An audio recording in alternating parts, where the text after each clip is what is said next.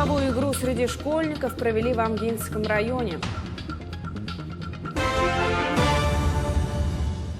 В рамках года исторического наследия и патриотического воспитания в Амгинском районе прошла улусная деловая игра среди школьников «Басхан». В мероприятии приняли участие 11 юношей из разных школ района.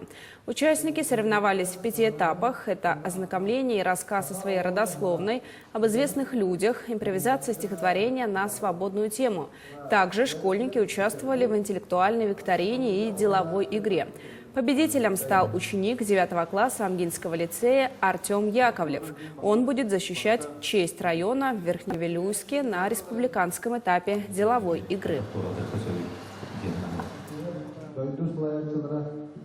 Да, я хочу похвалить, поблагодарить учителей в первую очередь, потом семьи, где воспитываются эти дети, что дети очень хорошо знают историю своего родного улуса, республики, России, очень хорошо говорят на своем родном языке.